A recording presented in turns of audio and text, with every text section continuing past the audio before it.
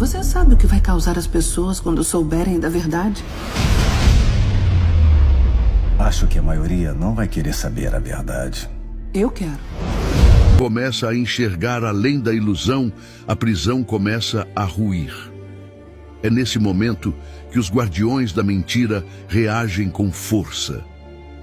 Ao longo da história, aqueles que ousaram despertar enfrentaram consequências severas. O destino dos gnósticos foi selado pelo fogo e pela espada. Mais tarde, os cátaros, que insistiam que o espírito era livre, foram exterminados em cruzadas sangrentas. Os bogomilos, com suas ideias de liberdade espiritual, foram destruídos. Não porque estavam errados, mas porque representavam uma ameaça real. Uma população desperta é incontrolável. E isso, para os donos do mundo, é intolerável. Você nunca pertenceu de fato a esse mundo.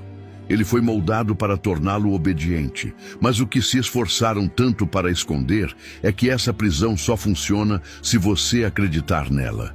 O momento em que começa a questionar é o mesmo em que as fissuras aparecem. E quando você deixa de se identificar com essa farsa, se torna perigoso para o sistema. Já se perguntou por que ninguém jamais lhe contou isso? A razão é simples. Essa informação foi sistematicamente eliminada. Aqueles que construíram as bases do mundo moderno não apenas controlaram recursos, territórios e narrativas. Eles redesenharam a própria estrutura do conhecimento.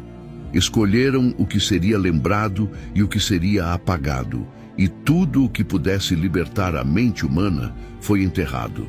Os primeiros gnósticos não formavam uma simples seita religiosa. Eram pensadores, buscadores, transmissores de uma verdade que não servia aos impérios. Falavam de liberdade interior, de acesso direto ao sagrado. Não pediam submissão, mas consciência. E isso foi o bastante para torná-los alvos.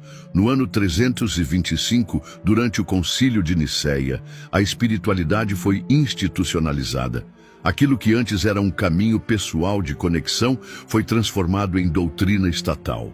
Textos que apontavam para a centelha divina no ser humano foram destruídos.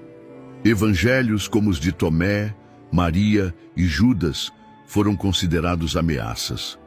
Restou apenas o que poderia ser usado como ferramenta de obediência. A repressão nunca cessou. Apenas mudou de rosto. Os cátaros foram exterminados na França. Os bogomilos, apagados dos registros. Alquimistas e místicos queimados em praças públicas. Hoje, a perseguição é mais sutil. Aqueles que pensam diferente são rotulados, desqualificados, ridicularizados.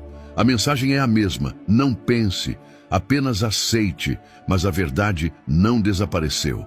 Ela sobreviveu em manuscritos esquecidos, em símbolos esculpidos em pedra, em tradições que nunca se calaram por completo, e agora ressurge. O nome proibido de Jesus é parte desse resgate, mas não estará disponível por muito tempo. Restam poucas cópias. O link está no primeiro comentário fixado. Os que dominam sempre temeram o conhecimento, porque sabem que uma humanidade consciente não precisa ser conduzida. Por isso apagaram o passado, por isso moldaram sua mente para não enxergar. Mas o tempo da cegueira está chegando ao fim. Tudo começa com a forma como definiram você.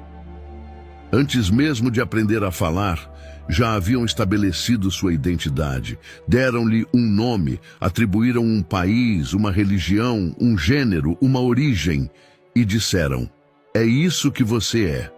Esse processo, embora pareça inofensivo, é uma armadilha, porque quando você se agarra a um rótulo, ele se torna uma cela invisível.